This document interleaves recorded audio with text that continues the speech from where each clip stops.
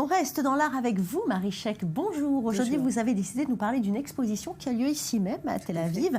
L'artiste s'appelle Karen Geller et lorsque vous m'avez envoyé les images de cette exposition, je me suis demandé si c'était de l'art ou bien si c'était de la visite d'un zoo. Alors, je voudrais que vous m'expliquiez pourquoi vous l'avez choisi et pourquoi c'est de l'art.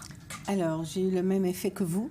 Je suis rentrée dans un espace, dans une galerie qui s'appelle Roart à Tel Aviv et j'ai vu 45 écrans avec des vidéos, 45 différents animaux, que ce soit des zèbres, vous voyez là, chacun bouge, donc c'est pas du style, ça bouge, des éléphants, tous les animaux qu'on connaît, plus ou moins, ou qu'on a.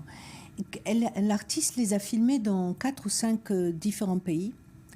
Et à côté de chaque vidéo, au début on se croirait vraiment dans un zoo, sauf que c'est de la vidéo et pas en vrai. Et à côté de chaque écran, il y a écrit le nom d'une maladie mentale. Alors, quel est le rapport? Donc, il y a la schizophrénie, il y a toutes les sortes. Qu'elle personnalise avec un animal? Alors, justement, au début, on se dit « Ah bon, je ne savais pas que l'éléphant avait été en dépression. Je ne savais pas que la zébra était maniaco-dépressive et tout ça. » Et donc, on est tout le temps en alerte devant ces écrans. On se dit vraiment « Ah...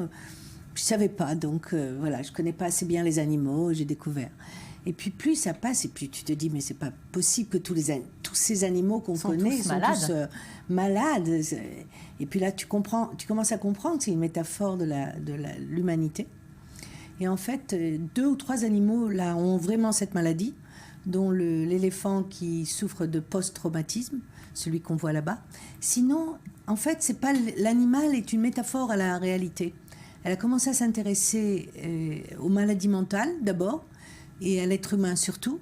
Et puis elle les a collés donc il y a tout le temps un écart entre le visuel, on voit donc les animaux qu'on a grandi avec, et les noms de maladies.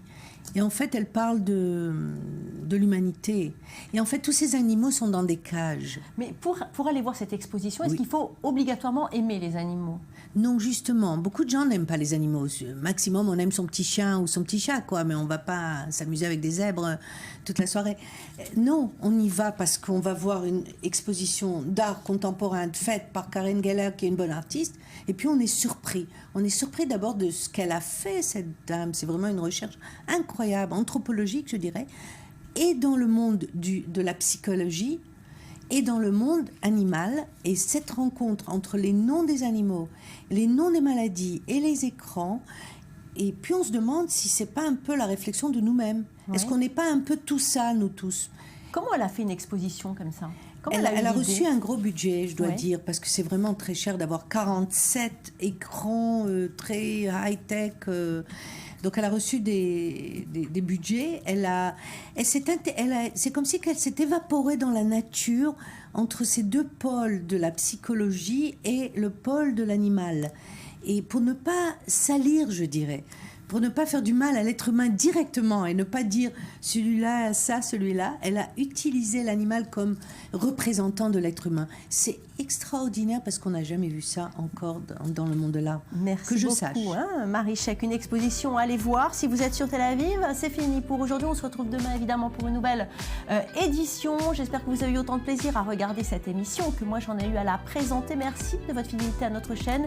Excellente après-midi à vous tous.